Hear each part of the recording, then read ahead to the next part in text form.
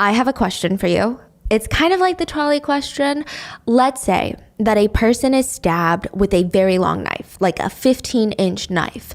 I mean, it's clear from the get-go that if this person doesn't get medical attention immediately, they're gonna die from their injuries. It's that long of a knife. So they get rushed to the hospital. But at this hospital, the doctor that's supposed to save their lives puts them on the operating table, yanks out their knife without a care in the world, and just watches them bleed out. Whispers in the patient's ear, "Walk it off, you'll be fine." If that person on the table ends up dying, who do you think is the killer? The person that stabbed them, or the doctor that did everything to make sure that they did not survive? Or both? Has that happened? That's kind of wild. Basically, it happens in this case. Not, you'll see. It's not the same series of events, but you can see the clear killer, you can see the doctor, you can see everyone in this one. The police had given Sora's mom a very strange request. Imagine the police call you and they're like, "Hey, I need you to go to the store and buy me a box of crayons for the investigation." You're like, okay, that's really weird, but if it's gonna help with the investigation, obviously you're gonna do it, right? So Sora's mom goes to the store and she's picking up a box with the most color of crayons, like the most variety of colors for her 30-year-old daughter who is with the investigators right now. She's thinking, okay, maybe this is gonna be the end. They're gonna ask for this one more thing and everything will blow over and I can have my daughter back. Her daughter had been through enough. Sora had gotten out of the psych ward at the hospital recently, and hopefully when all of this is over, she would be on the path to healing. So she brings this little box of crayons to the police station, and she watches as the investigator rips them from her hands, throws them on the desk in front of her daughter Sora. "Here, take these, and draw it." "Excuse me?" He threw her a sheet of A4 paper and a ruler. "You're saying he assaulted you?" "He's saying he didn't assault you. You have no proof, so prove it. Draw his private parts." No freaking way. "If you can draw it identically to his real-life private parts, we'll investigate him further. So make sure you get it perfect, though, in terms of length and in width in millimeters. We want it precise. Oh, and the color. Your mom brought you some crayons. So if this truly happened to you, you should be able to draw it from memory. Unless you're lying about it." You're being for real? I'm being for real. This is what police said. In South Korea, yeah. Sora is kind of glancing around the station, the same exact reaction as us, I'm sure. I'm sorry, more visceral, I'm sure, but in the sense of like, okay, is someone gonna pop out and be like, "Just kidding, we're gonna put them in jail for what they did, don't worry. Is this some sort of sick joke?" Nobody popped out. Sora would end up grabbing those crayons despite re-traumatizing herself to the torture that she endured for the past 3 months. And she thought, if I just do this one thing, the police are gonna take me seriously. They're gonna know that I'm not lying, right? Instead, what happened was, when she was done drawing, another detective came up to her and said, "Hey, take off your hat. I wanna see the face of the girl who slept with 12 people. She was assaulted by 12 people. Another officer said to her, "You were assaulted by 12 people? Well, you look strong. Why are you acting like that over 12 people? Did you love them at least? I mean, can you say it wasn't bad? Like, was it at least a little good?" Some girls are out there making really good money by sleeping with like 30 to 40 clients a day. So, I mean, it's just 12. It's like, the world's not over. They even said, you know that supermarket family, the family that owns the supermarket down the street? Their daughter was also essayed. But look at her. She got over it. It was just like a passing storm for her. She's living well with her family. I mean, you need to work on getting better and getting used to society. After walking out of the police station with her mom, Sora would bolt. She ran and threw herself into oncoming traffic at the busy intersection right in front of the police station. She wanted to die in front of the police station who refused to take her seriously. She wanted the world to know what happened to her.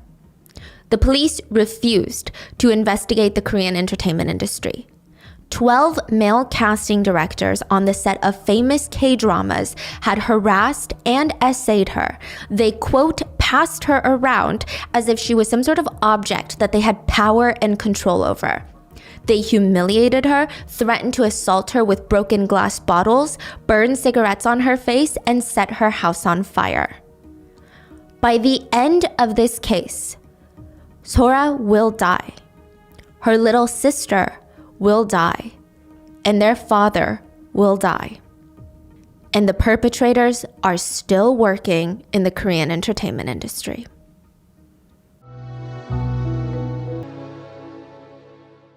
As always, full show notes are available at rottenmangopodcast.com.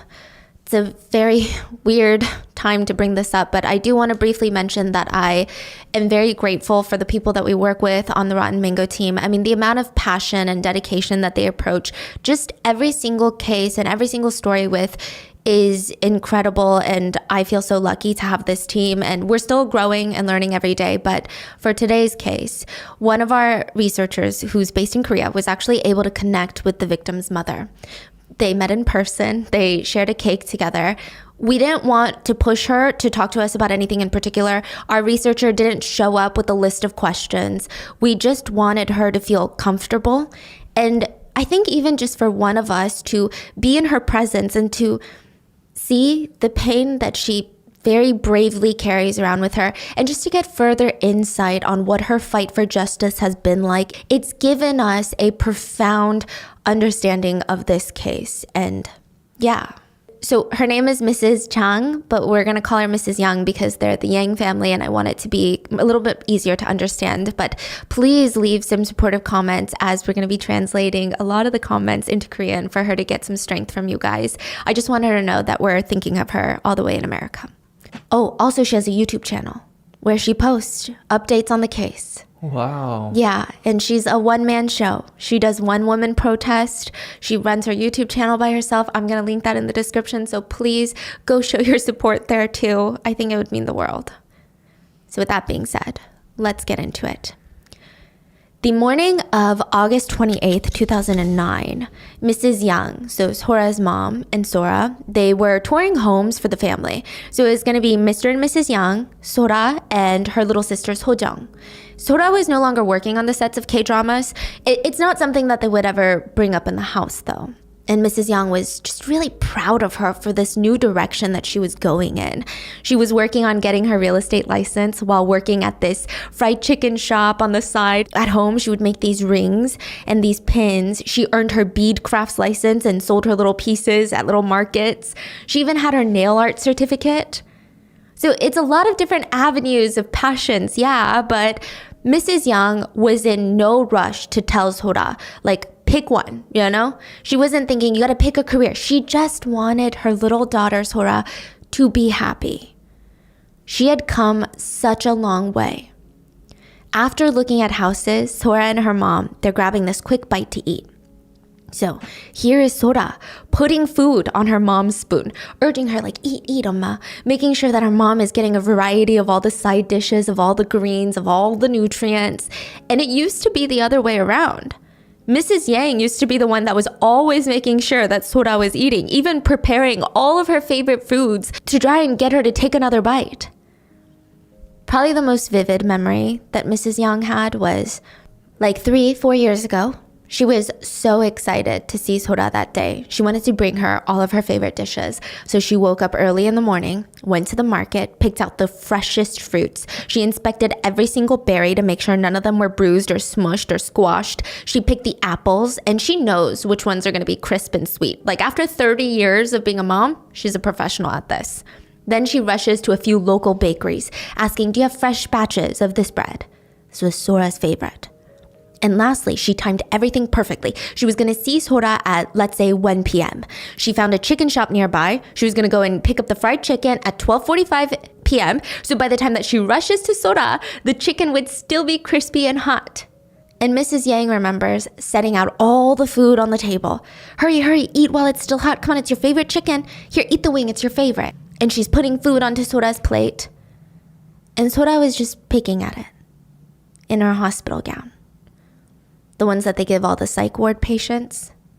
And Mrs. Yang is just sitting there anxiously waiting for her to say something, anything. Sora looks at her and says, Mom, I think I was raped. Mrs. Yang is like, okay, let me fight this memory out of my head. It is not something she wants to think about anymore. She wants to focus on Sora being healthy. I mean, it's been 4 years since that fateful day, and Sora has been getting better, right? And they're looking at houses, they're going out to lunch together, and then snap. After looking at houses together and grabbing a quick bite, as they're walking down the street, Mrs. Yang's slipper strap snapped. Like her little flip-flop snapped. And there was just something about that day. It felt like some sort of bad omen.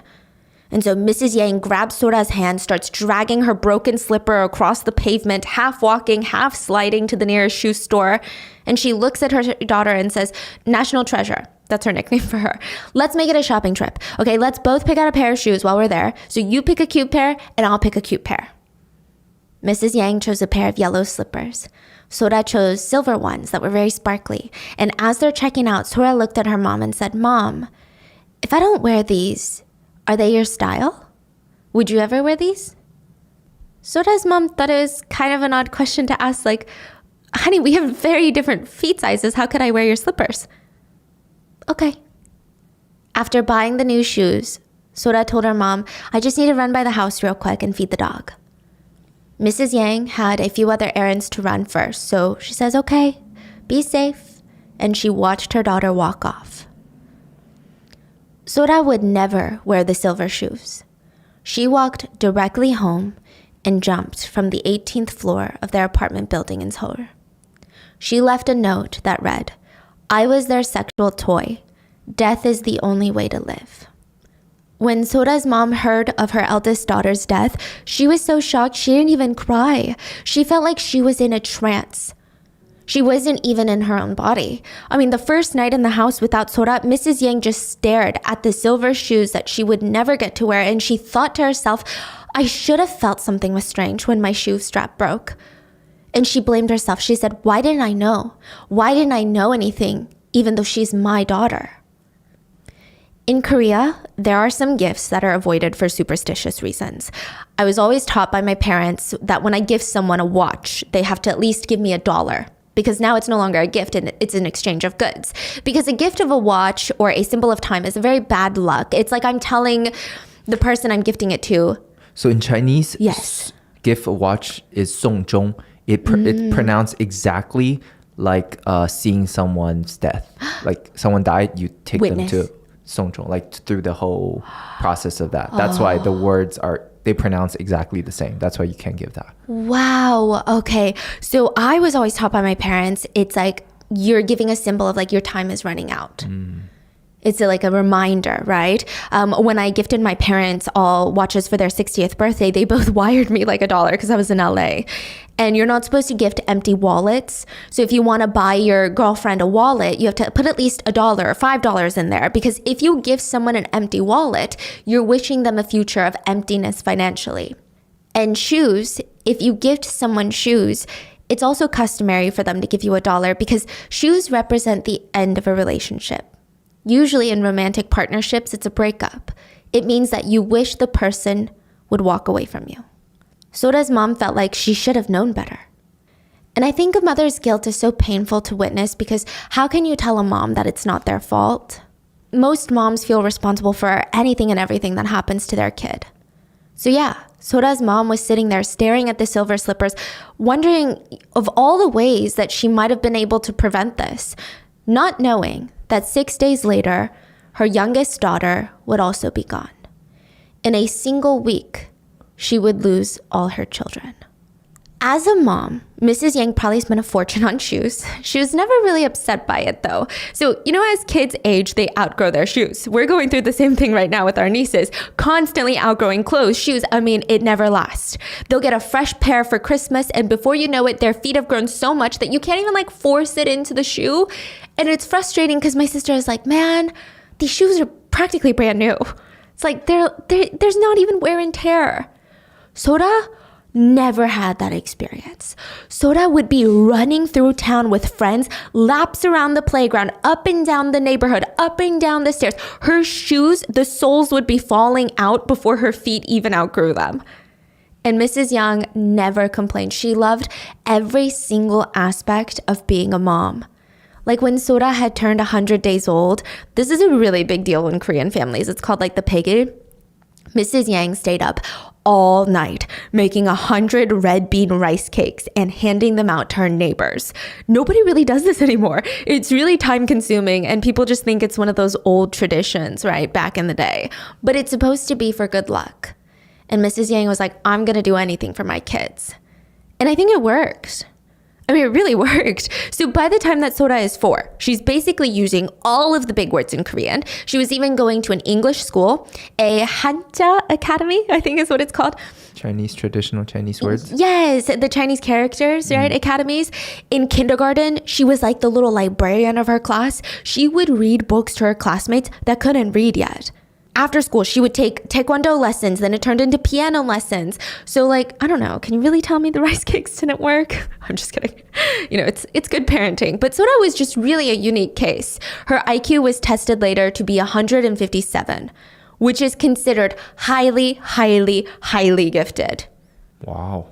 To put it into perspective just how smart Sora was, one of Sora's teachers approached Sora's mom one day and said, this teacher's a little bit of a superstitious lady, which who's not these days? And she said, can I ask for Sora's exact date and time of birth? My daughter-in-law is giving birth, and if we can try to plan a C-section for the exact time that Sora was born, I would very much like that. Implying that Sora was developing so quickly. And this is a teacher who's seen generations of kids come through. She's like, there must be something in the birth charts. Something, because this is crazy. So as Sora's growing older, she actually grew more into this very reserved intellectual type. She would spend most of her time head buried in a textbook. She was never late to a single class. Perfect attendance. Even later in college, when a lot of girls were finally out of the control of their parents' homes, they want to like experiment with the way that they dress, their makeup, their hair. Sora is like t-shirt, jeans, let me just get through my studies. But back when Sora was 4, Mrs. Yang had given birth to Sojung. And she was the opposite of Sora. And I'm laughing because it kind of reminds me of me and my sister. She could not sit down to study. She would be dancing all over the house, stepping on Sora's homework. I mean, when she finally burned off all the energy, she would knock out. She would just be dead asleep on the couch. You could not move her until the very next morning, and she would literally be doing her homework during breakfast and on the bus on Sora's back because she just was not studious. She was like this free spirit of the family. She wanted to just explore, and she would secretly bring home stray cats and dogs. Imagine you come home after a long day of work and you just hear meow. You're like, Sojung, what is that? Why is there a noise coming from your room? And it would just be like another little kitten. And Mrs. Yang let her keep all of them. Wow. Yeah.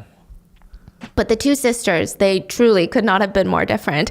I mean, just can you imagine how fun their house must have been? Even like the bickering of Sojung dancing around and Sora's trying to focus on her homework. And then there's like 5 cats in the background knocking glasses off tables. I feel like the family never had a boring day with the two. Also, Mrs. Yang never called them by their names. She called them National Treasure 1 and National Treasure 2. So in Korea, all the national treasures, they're numbered. So this is a cute nickname that she gave. So it's like 1 and 2. And in 2004, after graduating college, Sora's 29 and her little sister, Sojung, is 25. So they're both kind of in this phase of life where they're thinking, we should experiment with the possibilities. This is our time before we really settle into a career. Like we're toying with the ideas of what we want to truly do. Sojung turns to Sora and says something along the lines of, 언니, like we're both bored, right? Why don't we try this job together? It's a bit far. It's near Busan, so 4-hour drive, right? But we can get a place there together and be extras on all these dramas that are filming there. There's like 10 of them filming there right now, and they're all looking for extras. It'll be fun. We can get our foot in the door, and if we like it, maybe we can, level up to like a supporting role and then go bigger and bigger from there. I mean, it's just a small gig. If it doesn't work out, it doesn't work out, and we just come back home. So at this point, Sojung had become a famous idol's backup dancer. So she's already kind of in this entertainment industry, and it seemed like a very natural suggestion. The two sisters, they pack some of their clothes, they leave for the very southern coast of Korea, and Sora actually got a bit more acting gigs than Sojung. Since Sojung was still dancing, she had a little bit of conflict in her schedule. It wasn't very open. Meanwhile, Sora was like, okay, let me just take this because I'm pretty free the next 3 months. Mrs. Young didn't really like being separated from her girls, but she was really proud and happy for them. She said, "I was proud and arrogant, as proud as any mom in Korea who felt like they had the whole world." 3 months later, that world would come crashing down. Sora and Sojong were back home and something had changed. It's not even one of those instances where Mrs. Young can sit the girls down and be like, "What's going on? Did you guys fight? There's tension." It wasn't even like that. It was such a drastic, scary change. Mrs. Young was lost on how to even handle this type of situation. It's like Sora had turned into a completely different person. The minute she walked in through her family's home doors, she took off all of her clothes. She was unclothed, pacing around the house, grabbing a knife and carving the words "die, die, die" onto a wooden tray. Mrs. Yang tried to talk to her, trying to get her to open up and tell her why she's behaving this way, but Sora would cut up furniture. She would ransack the house. She kept saying, "Someone is watching me, someone is watching me." The family felt like they were in over their heads. Like, how do they even help Sora? She will not communicate with them. They don't want to push her. They don't want to scare her. They don't want to stress her out even more. They're just trying to take it day by day, second by second, but it really was unsettling. Mrs. Yang said, "Even though she was my child, I was scared." Every morning, the Yang parents and Sojong, the little sister, they would wake up feeling this like anxiety on their chests. They don't even know what the day had in store for them. Most days, they would walk out into the living room and all the furniture was somehow moved in the middle of the night. Their couch was now standing on its side, leaned up against the back door. Their TV was in the kitchen. These are pieces of furniture that would take multiple people to move, but Sora had silently moved them in the middle of the night. Sometimes they would watch her obsessively roll up tissues and stick them into any little crevice or hole in the house. She kept saying someone was spying on them with hidden cameras. Someone was watching them. She was incredibly paranoid.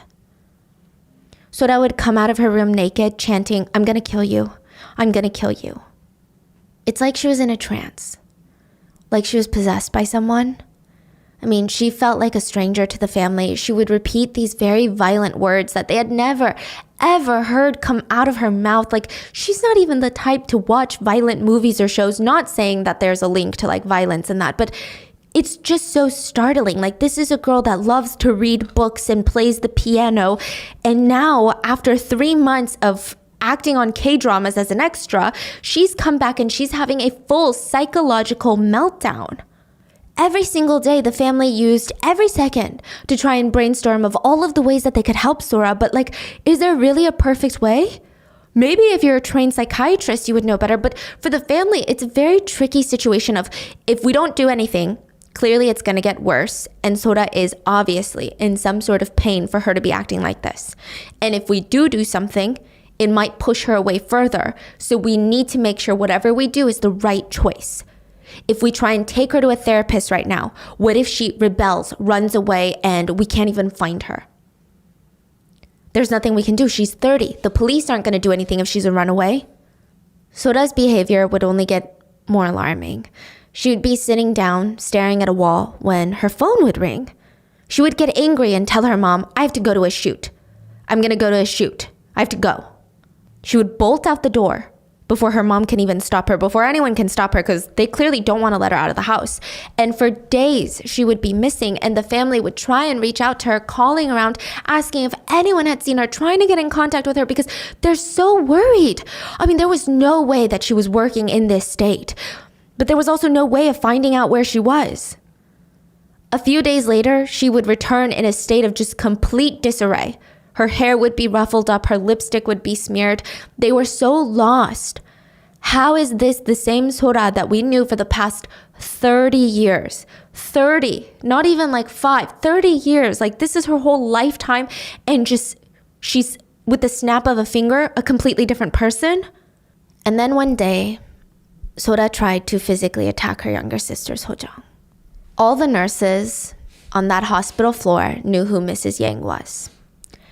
She had been at the hospital every day for the past week, every single day she had been there. She would walk in, she would head straight for the steel doors of the waiting room, but instead of pulling on the handle, she would sit near the doors, tilt her head down, and silently cry. Sometimes she did this for an hour. Sometimes it felt like she was there all day, to the point where when she would get up, her legs would ache from sitting in the same position all day. She would have to grab the wall to support her as she walked out. She didn't ask the nurses if she could see her daughter. She knew the rules. For the first week, the hospital focuses on stabilizing psychiatric patients. They will not allow any visitors because they just don't know if the patient is going to have some sort of reaction to that person or some sort of reaction to anything that they say. They're trying to avoid taking 1 step forward and 5 steps back. But for 7 days, Mrs. Yang sat there every single day, knowing that she would not be able to see her daughter. She's not even trying to. But she just wanted to be there in the only way that she knew how at this point. And it was just to show up. I'm sure to a degree she felt some sort of guilt as a mother for having her daughter admitted involuntarily to a psych ward. And I just want to make it very clear. This is a very serious, very hard decision for her to make. This is not her saying, oh, I just can't deal with it anymore, so let me just bring her to a hospital. This was arguably the best choice that Mrs. Yang had at her disposal. She can't bring Sora to a therapist, even if they can force her to sit through a session after an hour. What? They all go back home? And everyone just hopes that Sora doesn't run away or doesn't try to kill Sojang again? Mrs. Yang was just desperate to help both of her kids. And so when the 8th day came, she went and bought Sora's favorite chicken and all of her fruits and all of her favorite bang, her bread, and she anxiously set up in the waiting room. She spent the entire day getting ready for this moment. It was in November, so she was even like hugging the chicken close to her to keep it warm as she ran to the hospital. And she was telling her daughter, like, eat while it's still hot. Moms always say this, but Mrs. Yang said, I know it's my kid, but she's so beautiful that day. So, so pretty, but also so, so sad. It was like in the waiting room, she said this dark cloud was just hanging directly over Sora. And it looked like it was following her around. And she just wants to like break up the cloud on top of her, but there's no way she can do that. So Sora is just poking around at her food. And she says, Mom, yes, I think I was raped. Mrs. Yang sat, completely frozen, while her oldest daughter, her national treasure number 1, cried and told her the horrible things that 12 men had done to her. By the time Sora was done sharing her story, the chicken had gone cold, and Mrs. Yang's heart shattered in 1,000 different sharp, jagged pieces that felt like they were ripping into her from the inside. She felt, as a mother, just pure, unadulterated rage. Through Mrs. Yang's patience and encouragement, Sora starts to trust the medical staff. Sora would tell them bits and pieces of everything that's happened. She would call her mom sometimes in the middle of the night. Sora couldn't sleep and she would ask the nurse for a phone and she would call her mom and tell her everything in bits and pieces over the phone. Mrs. Yang quit her job to be there at any given time, any given hour for her daughter. Whatever her baby needed, she was going to do it. Mrs. Yang constantly met up with the doctors in charge of Sora's care. They informed her that Sora had contracted chlamydia, which is a bacterial STD. Thankfully, it's treatable and curable, but the part that worried the doctors was Sora was at a stage where it was very painful for her because of the chlamydia. There was pus that was exiting, and Sora did not register any of that pain nor any of that discomfort. It was like she was in a trance. She was out of her body. She could not feel the pain of her body. So while chlamydia was an issue that they're working on, it seemed like the more worrying problem on hand was she's showing just extreme symptoms of PTSD. Sora was assaulted, abused, humiliated, and potentially drugged for 3 months by 12 men. It wasn't at once, it wasn't a single event, but it was a consistent schedule of abuse. She did not speak out because they threatened to kill her, but more importantly to Sora, they threatened to do the same thing to Sora's little sister and then kill her. in Korea, I'm not sure the exact verbiage for these positions here in the US, but in Korea, they have something called extra directors. So it's not saying like, oh, this is an extra director, like another additional director, but they're like casting directors, but they don't work with casting the main crew. So they're not casting the main lead or the supporting roles, but they more so focus on casting a bunch of extras. You know, the scenes in the K-dramas where they're in a coffee shop, they need people in the background. Or when they're walking down the street, it can't be a ghost town. But they also can't use the same people in all the shots because what is the population of this town? Like 5 people, right? So they have to organize all of these different schedules, all of these different people to appear on set, be dressed in the same. Like if the drama is set in winter, everyone's got to wear winter clothes. They got to know what positions to take, what kind of actions to do. And oftentimes, these extra directors are also in charge of the minors on set. Not all the time, but I think legally minors have to report to someone who knows all the child labor laws and follows the specific regulations that the government has set. And for some reason, it often falls on these positions. So these extra directors, they will often have assistants, supporting directors underneath them, managers, as well as production managers that work below them. Just for simplicity's sake, we're going to call all of the positions casting directors. They all have immense superiority over Sora and the extras on set. They're like top of the food chain. They have the power to take away jobs and to create them. So moving forward, I'm just going to be using the word allegedly. It is in my personal deep opinion and feeling that these men are absolutely guilty. But since there has been no official conviction, I will be using the word allegedly because it seems like these, in my personal opinion, nasty scum of the earth pigs are very, very lawsuit happy. Yeah. The predators have been named in an article that I will also link in the show notes. The series of assaults is said to have been triggered by a casting director by the name of Lee Taek-soo. Now, since he has since changed his name to Lee Young-kwang, I'm going to call him Lee Young-kwang so that we know his real name, right? He was working at the World Casting Net Company in 2004. He was Sora's director on set for one of these dramas. And allegedly, he wanted to impress his boss by committing crimes. And allegedly, he drugged Sora's coffee and gave Sora to his boss as a gift. I don't know what happened there. I don't know if the boss was like, what's wrong with this kid? I mean, apparently not because he wasn't fired. Or if the boss did something to Sora, I don't know. But this seems to have been some sort of starting point to everything. Because after work one day, it seems that the Lee guy, that Director Lee would initiate a 회식 of sorts. And a 회식 is when all the managers and the subordinates, they go out to eat and they primarily drink after work. This is off the clock hours. You do not get paid for these gatherings. And if you're not one of the managers, it's literal hell. You have to sit there and laugh at all their unfunny jokes while you pour their drinks as if you are not just as qualified, if not more qualified, to do their goddamn jobs better than they can. I feel it's probably the bane of existence for most working women. If you go and you do what is asked of you, it is humiliating, it is degrading, it is oftentimes dangerous. These managers will force female subordinates to drink without concern for their well-being or safety. I mean, just even the principle of it is like, why am I here pouring you a shot of soju and laughing at your stupid jokes and complimenting you when everyone in the office knows that you are a blubbering, power-tripping idiot that doesn't know how to do anything correctly? And if you don't pour these egotistical managers their drinks, you risk the chance of never getting promoted because now the managers will tell their superiors that you're, quote, difficult to work with and you don't have the drive or the team spirit. It's alleged that Sora was at one of these events when she became very, very drunk. Now, this is where I want to preface something. I think if anyone thinks, even for a split second, well, why was she so drunk? I think that would be a very good moment of self-reflection, and I would like to assist in that self-reflection. Firstly, if Sora or anyone that you were out with, like let's say someone you're out with, whether it's a work colleague or a friend, if they're that drunk, yeah, you could be like, maybe they shouldn't have gotten that drunk. But the human decency aspect is you just want to get that person home safely. That's it. That's the only thing you care about in that moment. You're not thinking, why are they so drunk? You're like, okay, let me make sure that you don't lay on your back so you don't choke on your own vomit. And let me make sure that no predator gets to you. That's going to be the main thing to think about. Secondly, there are allegations and suspicions that Sora was roofied during these team building meetings.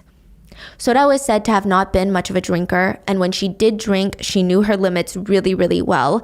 I can kind of resonate with that because you think it would be the other way, like, oh, if you don't drink, you shouldn't know your limits. But as someone who doesn't drink often, I'm like, okay, I know I'm okay with like one glass of wine. And then I'm like, everything after that is a hard limit, you know?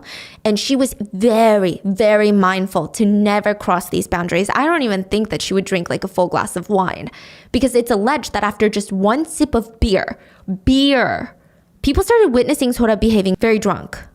So this is not normal. But let's argue that she was never drugged. Still, one of the main problems at these so-called team building events is that managers will push and shove drinks down your throat with this passive-aggressive hint that your job is on the line if you're not fun and letting loose with the team.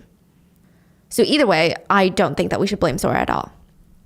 Ultimately, what I'm trying to say is that it doesn't matter how drunk Sora was or wasn't.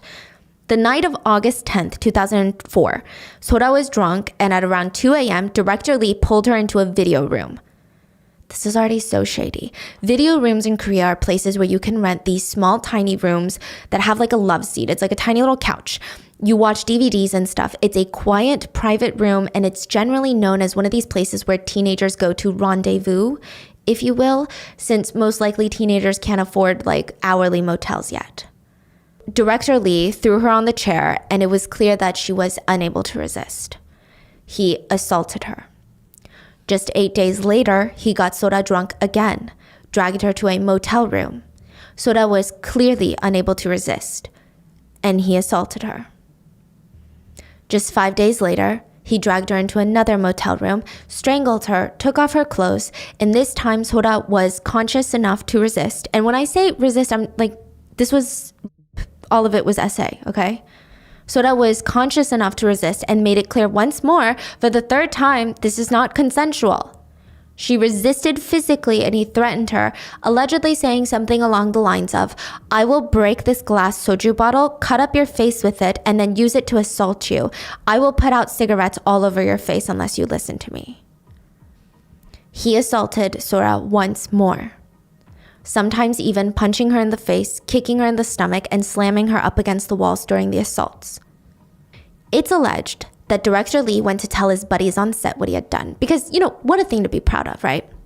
And they all decided, we're not going to go to the cops with this. No, we're all going to commit the same crimes. Casting director Yang Tae-geum allegedly locked Sora in an unknown motel room near the set. He dragged her into the bath, sprayed water all over her mouth and private parts with the shower head, took off her clothes, laid her down, assaulted her. He said to her, "If you don't listen, I'm going to throw you in my trunk and push you into the Han River." Side note, Sora was young enough that Yang Tae-geum actually went around telling his friends that she was his niece and that he was taking her under his wing in the industry. That's how old he was. It's alleged that he even forced her to go on a 3-day staycation with him, where he continued to assault and torture her for 3 days straight. Then it was claimed that they, quote, passed her on to casting director Kim Sun-mo. He was working as a manager for the executive department of World Casting Net Company. October 13th of 2004, it said that Kim dragged a drunk and semi-conscious Sora to a motel while telling her, "If you don't follow me, I'm gonna kill you." He locked her in the room, pushed her down, and threatened to light her pubic hair on fire. Then he assaulted her, which he allegedly bragged about to casting director Kim Yo-won. That's his new name, by the way. He also changed his name. It used to be Kim Do-hyun. He was also married at the time of the assault, this new casting director. It said that he worked as a casting director and manager at the World Casting Net Company. On October 26, 2004, he got Sora drunk to the point of being barely conscious, dragged her to a motel room. She had woken up and she tried to run away, but he smacked her in the face twice and screamed, "How dare you? You're a rag, bitch." A rag is a really nasty word to call someone. It's supposed to mean that they're used and slept with by everyone. He continues, "Should I break your leg for you to listen? If you don't act right for me, you won't survive. I will carve out your private parts. Behave like you did with the other directors." He assaulted Sora, allegedly, while forcing her to watch X-rated movies. Each time, the assaults lasted several hours, and it said that they would make threats to Sora the entire time, saying things like, "I'm going to kill your mother, I will kill your sister, I will set fire to your house with everyone in it." Some of them even took videos and pictures of the assault and threatened to post them all over the internet. In a very sick detail, it stated that some even threatened to assault her younger sister while they were assaulting her. And not even just that, the mental and emotional torture and humiliation continued on set.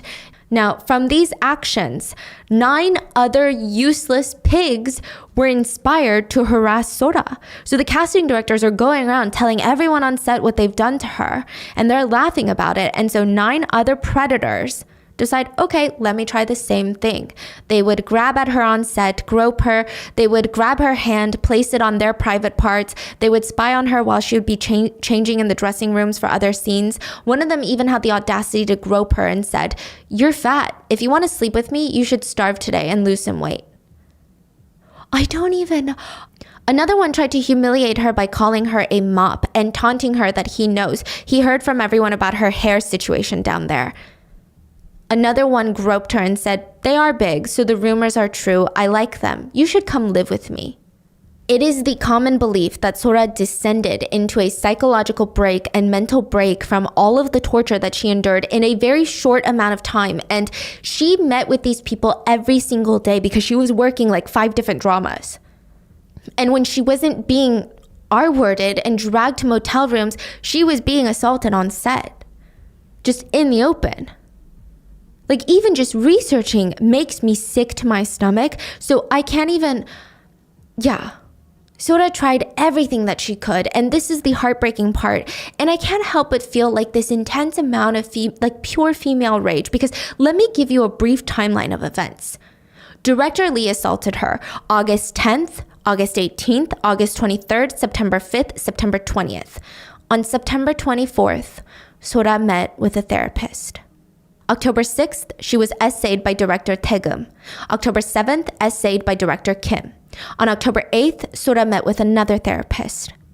Then alternating between the predators Yang Taegum, Kim Sun-mo, and Kim Yo-won, it's alleged that Sora was assaulted October 11th, 13th, 17th, 19th, 24th, 26th, 27th, and then November 7th.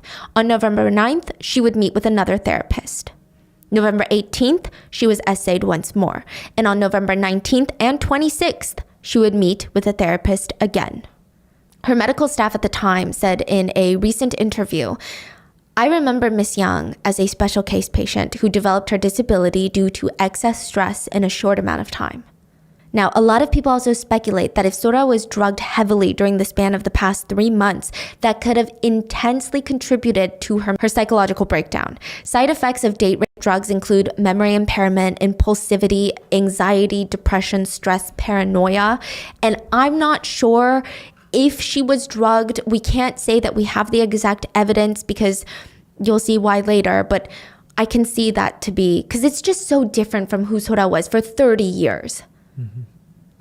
And I don't even know the exact words to describe how Sora's mom felt, but she still held out hope that Sora would recover. It's not going to be easy, she knows that, but we're going to do it as a family, and the police are going to get us justice. Sora is going to sue the perpetrators, make them pay for what they've done, and closure is going to be the first step to healing. In Korea at the time, the laws have since changed, but in Korea at the time, let's say you're walking down a street and you witness someone getting essayed in broad daylight. You cannot, as an eyewitness, report it to the police. What? Only the person being essayed can report to the police. Like, what do you mean? Like, I can't call police? You can call them, but you can't file a report. You can't, push into motion a series of events where the perpetrator, the R-worder, gets arrested. The police will be like, "Were you the one that was essayed? Okay, then all we can do is just kind of stand here." The victim has to be like, "Hey, I was essayed." Yeah. Let me tell you the sick reasoning behind why. It's really bad. So back in the day, even if there were security cameras or eyewitnesses that caught the R-worder committing the physical, mental, emotional, violent, sadistic act of rape, unless the victim themselves doesn't file the charges, law enforcement does nothing. And according to some brainless idiots back in the day, they said no one can really know what happens between a man and a woman in private. That's why unless the victim said, "Hey, I didn't want this," they won't do anything about it. Yeah. Also, the statute of limitations for essay was just over 1 year, just 365 days. What? So Sora's mom helped Sora file a complaint December of 2004 against 12 officials from the entertainment industry for sexual assault and forcible harassment. Now, obviously, the entertainment company that they all worked for was alerted of the situation. The vice president, a man, fired the 4 casting directors who was accused of sexual assault, but he stated, I talked to them. 3 of the 4 accused of sexual assault admitted to having intercourse, but they denied it was assault. Mrs. Yang comforted Sora, telling her, it's okay. The police are going to look into it, and once they discover the truth, these men, the 12 men, they're going to pay for what they did, and you don't have to feel scared anymore. You don't have to feel paranoid. You don't deserve this. You have rights. You are the one. You did nothing wrong. Mrs. Yang's only hope comes crashing down when the police call her, asking her if she's got evidence that she wants to bring into the station. That sounds like they care, right? They're building a case. They want to gather the evidence. Then they want to get the perpetrators. But then they sarcastically added, what, do you need like 3, 4 trucks for evidence? We can send you 4 trucks for you to fill up. Oh my God. The investigating officer was obviously being sarcastic, insinuating, what kind of evidence do you have? You're making a big deal out of nothing. You think your case is so serious? You think we want to put our resources to your daughter who just sleeps around? Mrs. Yang ignored it because, she's thinking, maybe this investigator is weird. Maybe this is how he talks. I don't know, right? Maybe he's being genuine. Maybe he's a rookie. And he's like, no, genuinely, I don't know how many trucks evidence needs, right? So still thinking that law enforcement is going to be on her side because, I don't know, that's their freaking job that they get paid to do. She brings in boxes of material, boxes of evidence. And the detective slams his hand down on the desk, startling Sora's mom. And he screams, do you think this is even a case? Because of how harshly the investigator slammed on his desk and started screaming at Mrs. Yang, everyone in the police station stared and turned and just looked. Nobody stepped in to help. Nobody stepped in to be like, hey, cop, like, get in the back. What's wrong with you? That's not how we do our jobs. No one. The other cops were just like, oh, okay. In hindsight, Mrs. Yang would say, this was the moment I should have dropped the investigation. Had I done that, both of my daughters would still be alive. The police discarded most of the evidence that was turned in by Mrs. Yang. They just threw it away. And understandably, she did not know how shady they were, so she didn't make copies of a lot of the evidence. No. Yeah. The police investigated for... Is that legal? Yeah, I guess. It's probably one of those things where it's not legal, but like, what are you going to do? Call the cops on them? Right? And if the government, like the state officials don't want to do anything, then... Wow. The police did investigate, though. They investigated for over a year. And like heavy quotes on the word investigated, if you can really even call it that. The first thing that they did was bring in the victim and one of the accused perpetrators, stick them in the same room without a proper partition. It was just one of those like plastic see-through sheets that you see at cash registers when COVID was really bad. That was what was between them. They were sitting at the same desk. Sora was forced to sit close to a perpetrator, so close she could hear his breathing. And the detective was getting agitated that he had to actually do his job. He had to actually work and investigate because now he's frustrated. The victim is stating this happened and the perpetrator, of course, is denying it, of course. And he says, here's a ruler, here's some crayons, draw his private parts. We want it in exact millimeters. And he says, we want the exact shade or we're not going to believe you. I don't think I have to voice everything wrong with this, but it's just ridiculous, even if they are being serious, which I personally think that they're 1,000% trying to humiliate and ridicule and traumatize Sora further. But even if they're being serious, it's just dumb. I don't know what else to say. It's cruel and dumb. Even professional artists have references. As someone who's been with the same partner, and Mrs. Yang brings this up, like married couples, they can't even do this at gunpoint. Like you would utterly fail. I would utterly fail. I don't know. Like millimeters exact, like what are you saying? And this is the most traumatic moment of your life. You're trying everything to block it out. Your brain is trying to protect you. And this is what the officer is telling you to do? Like, yeah, that would drive anyone crazy. In another interview, if you can even call it that, investigators told Sora she's 재수없다. So this is interpreted in 2 ways. If we were walking down the street and a bird pooped on your shoulder, I might look at you and say 재수없다, which means like, just like really bad luck. Like you got no good luck. Like, you have such bad luck. It's a little aggressive. Honestly, I don't even think I would say that. It's kind of a little weird. But let's say we're walking down the street, nothing happens to you, and I look at you and I say, 재수없다. It's commonly interpreted in Korean as, you're so full of shit. So he was probably arguing, I was saying, no, she just has bad luck. But it's clear he was trying to say, like, you're full of shit. After she gave her testimony of being assaulted by 12 men. I'm going to give you a quick list of the things that the police did during the investigation. I'm sure there's a lot more than what I've just compiled, but even this is really, really bad.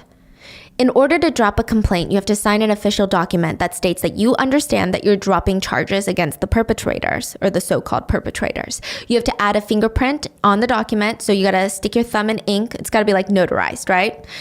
One of the detectives smeared ink on Sora's finger and tried to get her to close the case, forcibly. Imagine the trauma of being a woman, a victim who has been taken advantage of physically, and now someone is trying to do the same thing, not in the exact same sense, but they're trying to have power over your body again. Like, the trauma of that. During another cross-examination with another perpetrator, where for some reason Sora was present, they basically forced her to be at every single cross-examination in front of her perpetrators with no barriers in between them, and it was all spaced out. So they investigated for 13 months, and I think once a month they would call her in. So every month, if she made any progress at all to get some closure and healing, she would be right back at the police station, face-to-face with one of her other perpetrators. She's not even just talking to the police about what happened to her. Once a month, she's meeting with her attackers face to face. And think about it, SA is incredibly destructive mentally. The victim feels like they are in a position where they did not have power over their own bodies. And in that interrogation room, Sora she was not able to face her attackers with dignity. She was not able to face it, because, you hear stories of victims finally going to trial. And it's a moment that they can reclaim that power, because they're in a position where, no, you don't have control over me. You can never do this to me or anyone. She doesn't have that. Even the police aren't on her side. So think about how helpless, vulnerable she feels over and over again for over a year.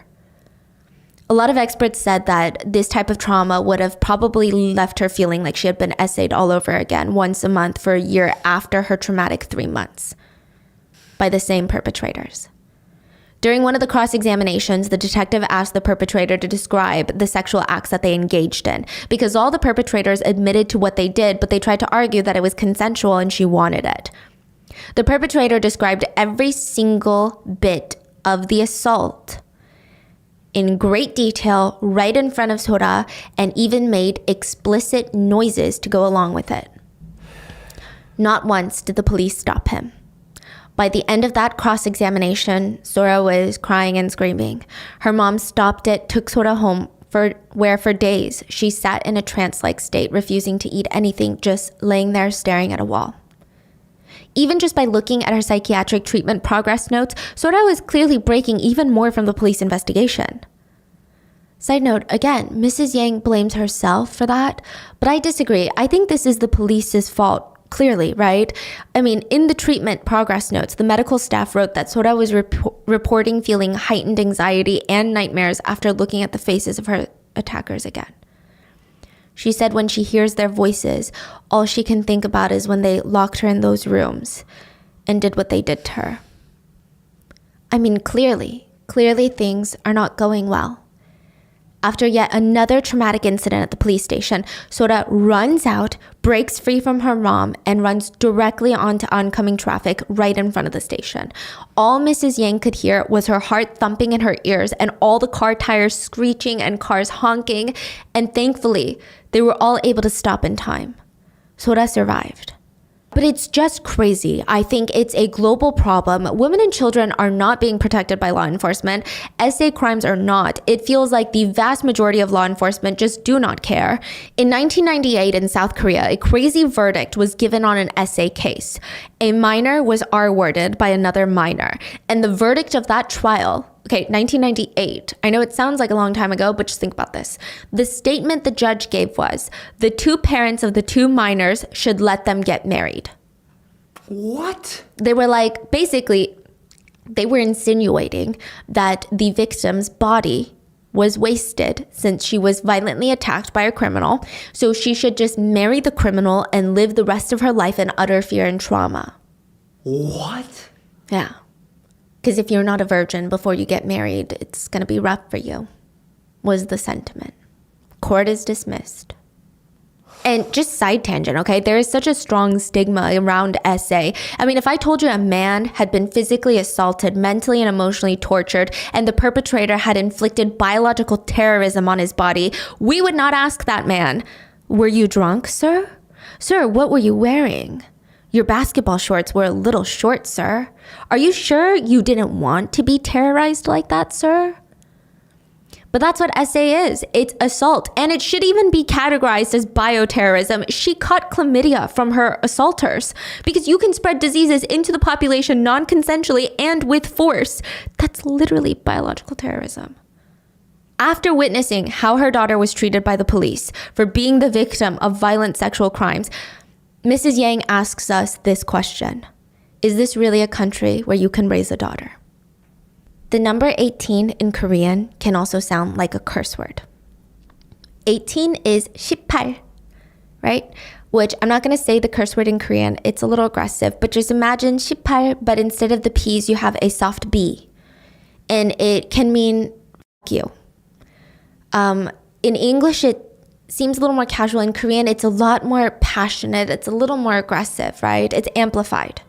Now, the number 28 is said to also kind of sound like the word fucking in Korean. Sora jumped from the 18th floor of their apartment building on August 28th at 8:18 p.m. All the numbers lined up were 8:18, 28, 8:18. Sora chose that date specifically as a way to say fuck you to the world, fuck you to what the monsters did, and you to the police that poured salt on her wounds and created new ones, and to the justice system that didn't even help her, and to every single person that shamed her for being a victim of a crime. She said to them, "Fuck you." Mrs. Yang had to be tough for Sojung. She just lost her daughter, yes, but her youngest daughter just lost her older sister. Sojung was now 30 when Sora passed, and she just lived with this immense guilt. She cried to her mom that it was all her fault. She was the one that suggested the two go be extras on drama sets. She said if she hadn't done that, they would have never dipped their toes into the industry, and she would still be here. She would be smiling, alive, happy, healthy. And her mom told her, never think like that. Instead, let's focus all of our attention on the good moments we had before everything happened. So on the 6th night without Sora, Mrs. Yang and Sojung, they laid in bed together. They had a picture frame of Sora in between them. And they would alternate between crying and laughing. Sometimes they would start laughing and end up crying. And they were just reminiscing of all the little things that Sora would do. All of the ridiculous fights that they had gotten into that seemed like such a big deal at the time. They were borrowing each other's clothes. That's my pencil case. Mrs. Yang dozed off for a bit. And when she opened her eyes, Sojung was still wide awake. She didn't sleep at all that night. And she said, "Mom, did Onni shower the day that she died?" "What do you mean, did she shower?" I don't know what I'm thinking. Let's just all meet in 20 years, right? What does that mean? I guess if 20 years is too early, we can all be rejoined in like 30 years. Sojung got up and went to take a shower. She was in there for a very long time. That day, she would jump from the 13th floor of a building in Seoul. Her note to her mother read, "Mom, I'm sorry, but I have to follow my sister. I just miss her so much." Mrs. Yang remembers that day with bitterness, not just because I'm sure it was one of the most traumatic, painful days that any single human could experience, but because she feels like she should have known something was going to happen. She says that she should have done something to try and stop it. She said, "Why didn't I think that my younger daughter would die too? Why didn't I save her life?" About the shower comment, it felt like Sojung wanted to retrace her older sister's steps the day of. And I know the comments and questions feel strange in hindsight, and it's like, oh, didn't the mom notice that she was asking all these weird questions? But it's been 6 days since Sora passed. I don't think Sojung was displaying an abnormal amount of grief during that time. Imagine you just lose a family member. Your loved one is expressing grief and you're like, well, I don't know, you might try to do something, so let's stick you in a psych ward. Like, you wouldn't do that. That could be a new breaking point for that person. Mrs. Yang was just trying to be there for her kids. So on September 3rd, 2009, less than a week after Sora died, Sojung passed away, and Mrs. Yang's life was in pieces. And the back-to-back deaths of their 2 daughters deteriorated Mr. Yang's health. So apparently during Sora's fight for justice, Mr. Yang kind of faded in the background. He resorted to drinking a lot to try and forget his pain. He had a brain hemorrhage. He had been bedridden. He could not get back up. The stress and the toll of the drinking and all of that, he didn't recover well from his hemorrhage. Studies have shown that psychological pain has such a profound effect on healing that even hospitals don't even really know how to adequately address it. On November 2009, just 2 months after his youngest daughter's death, Mr. Yang would pass away too. And for a while, it felt like Mrs. Yang had no one, not even relatives. While Mrs. Yang wanted to put her life on the line and talk about the injustice that her family went through, her relatives were mad at her. Some of her own, closest siblings, they were saying, why are you making our family look bad? You're filling our family with problems. They're gone. There's nothing we can do to bring them back.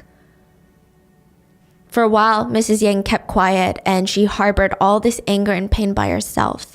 She lost 81 pounds. It was just so quiet when it was time to eat, and the air just felt so suffocatingly heavy. And she was just alone in that house. She went to all these doctors, got prescription pills. They were so strong that she ended up just sitting there drooling and crying at the wall. She felt like a shell of a human. She would stare at the wall or the TV all day, feeling numb. So imagine, a year of this. A year of being in a house where every nook and cranny is a remnant, a memory of your family that's all gone. She's heavily medicated. She can't even eat. She's losing all her family members. And boom, the end credits to a new drama are rolling, and it's one of Sora's perpetrators' names listed as a director. Because of these men, her daughters had become a handful of ashes. But here they are, living their lives as if nothing has happened. Some of them even had children of their own. Children.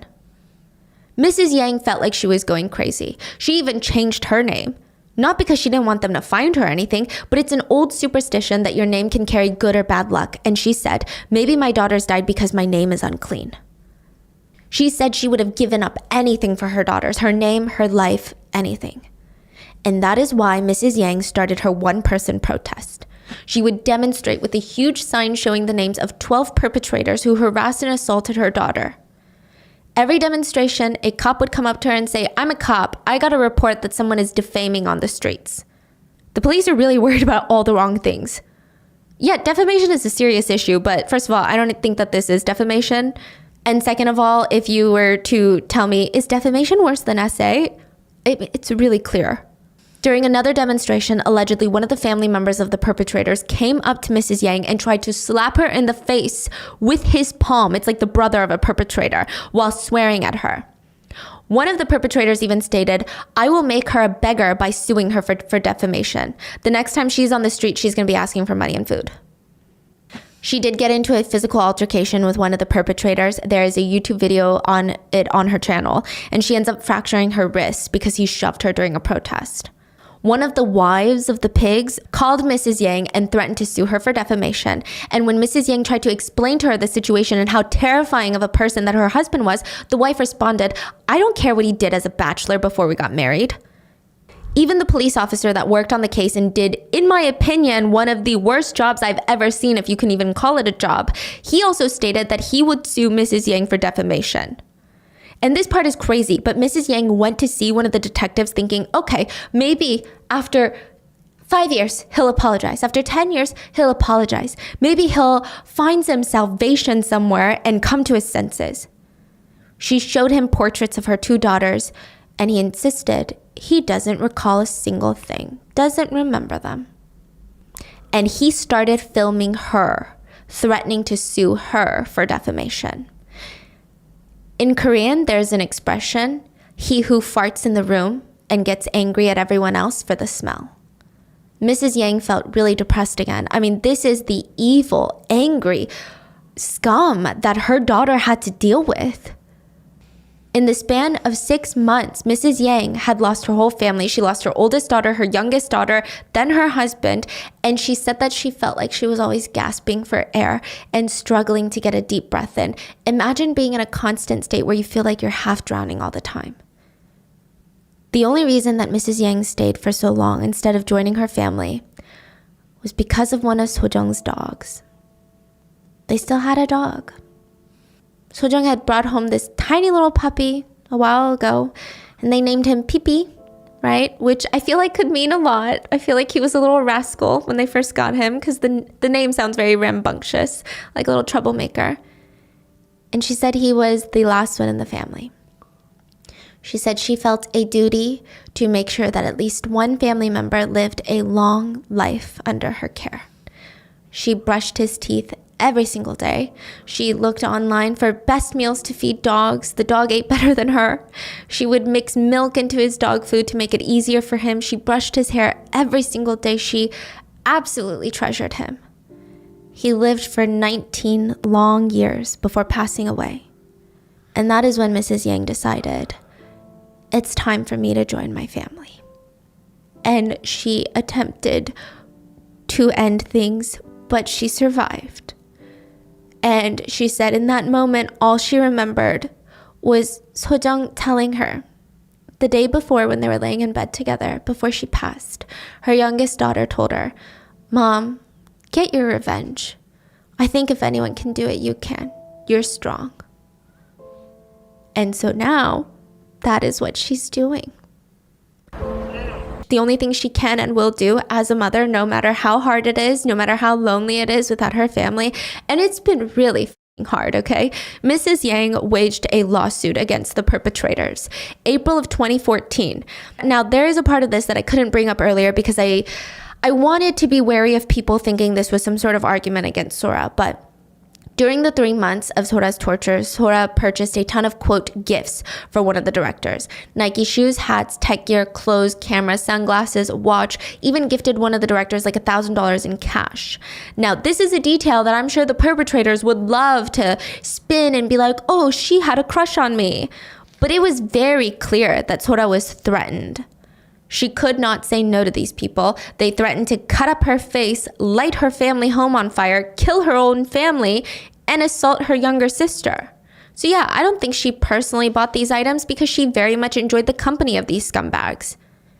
One of the directors was even threatening her, trying to get her to give him the deed to their family home. These were all alleged in the lawsuit, but Sora's mom's case would be dismissed because the statute of limitations had already passed. Now, remember how some of the perpetrators wanted to sue Mrs. Yang for defamation? Well, they did. They tried to sue her for over $100,000, stating that Mrs. Yang had ruined their reputations and made them lose out on work due to her one-person protests that she would do in front of their agencies. Yeah. They would also allege that Mrs. Yang was doing this all for money.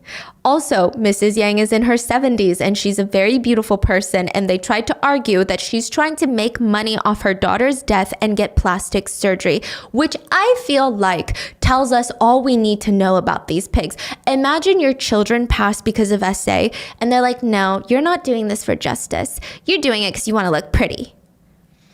These are like caricatures of evil, disgusting villains.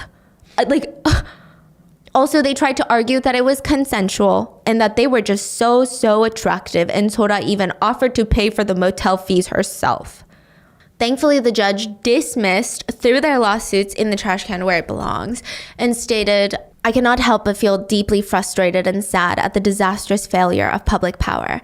As a person in charge of public power, I express my deep apology and sincere consolation to the mother." The judge read out a 2-page paper about the failure of justice and deemed Mrs. Yang not guilty in defaming the perpetrators.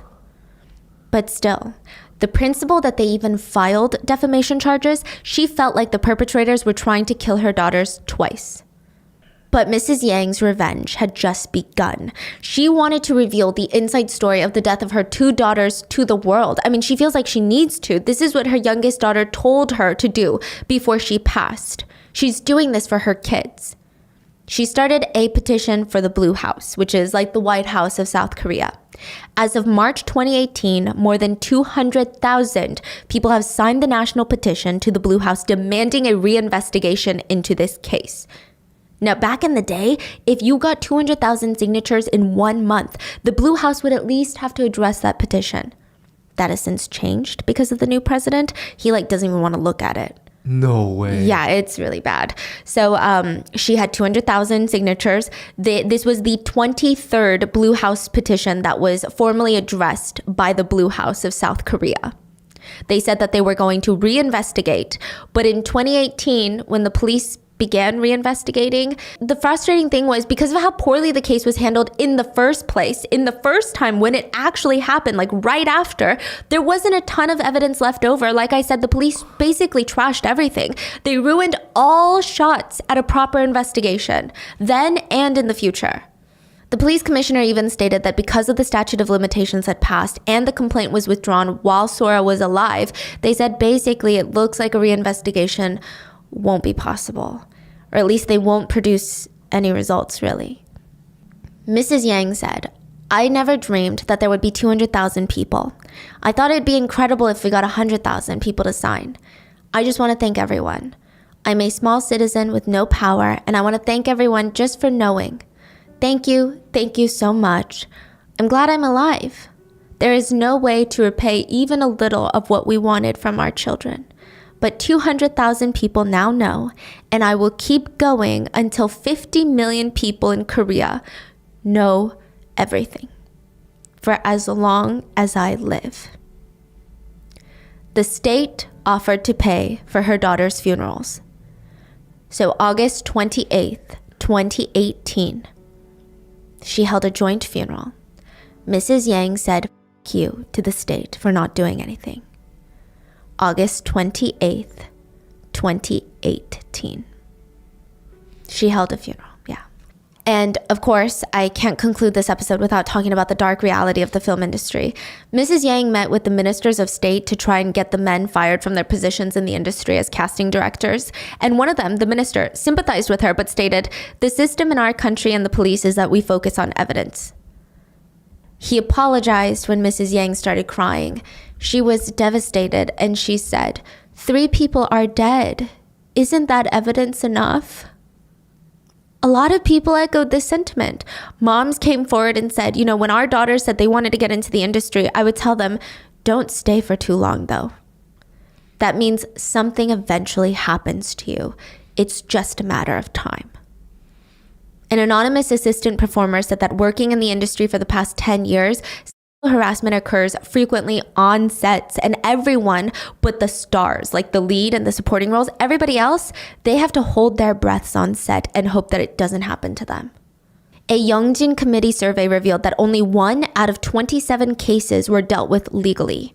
About half the cases were just swept under the rug so the victims wouldn't have to lose their livelihoods. 4 people sexually assaulted Sora. 9 people harassed and assaulted her. 3 people physically assaulted Mrs. Yang when she tried to get justice for her daughter. They hit and shoved her down. 12 sexual predators and 3 violent criminals. And the tragedy is that as of right now, not a single person that played a role in this horrific case has been punished. Many of them are still working in the industry. As of 2020, one of the perpetrators worked on the drama, "Dating is annoying, but I hate being lonely." Mrs. Yang rallied everyone to protest and boycott, and MBC, one of the biggest networks in Korea, reportedly terminated their contract with the perpetrator, stating that they were unaware of this incident. So they fired him. Then May of 2023, the drama Lovers came out. Lovers. Another perpetrator had worked on set. MBC banned them from accessing any future production sites and stated, since they were hired by a third party that they were unaware at the time of the incident, they stated that they will actually terminate the whole contract with that third party company in question to exclude any possible participation of a perpetrator moving forward. Also, this is really scary, but apparently one of the casting directors, Lee Young-kwang, is working in the administration department of a huge gynecology office in South Korea. Meanwhile, from all the lawsuits that Mrs. Yang faced from the perpetrators, even though they were dismissed, she had to sell her apartment to pay her legal fees. So please click the link in the description for Mrs. Yang's YouTube channel to get updates. I am hoping to meet her if I go to Korea soon, so I can give you guys updates there as well. And Mrs. Yang stated that she's going to continue to follow the perpetrators for the rest of their lives and continue to expose them. If the courts cannot punish these men, their crimes will be known to the public. That is her goal. She is in her 70s now, and she works out every single day to stay very fit and healthy so that not only can she protest every single week, but, a lot of these perpetrators, they're a lot younger than her. And she said her goal is to outlive at least one of them so that she can dance on his grave. She said, "This is a country that does nothing for its daughters. The police even put my 2 daughters at risk. There is nothing we can do but talk like this. And there is something that I really want to tell women like my daughter. You should live and not die. You must never die. You must live." Even though 14 years have passed since her daughters have left, whenever Mrs. Yang is walking on the street and hears a girl scream, "Amma," she still turns around. And that is the story of the Yang sisters in South Korea. Please leave your supportive comments for Mrs. Yang in the comments. We're going to translate them, a bunch of them for her, and I know that she would love to see your support. And hopefully we can meet with her and protest with her when we're in Korea next. But let's just keep this story out there. Please go to her YouTube channel. Even if you don't understand Korean, I don't think you need to understand the pain that she's gone through, to watch these videos, to engage with her content. Please. And let me know your thoughts. And please stay safe. And I'll see you guys on Wednesday for the main episode. Bye.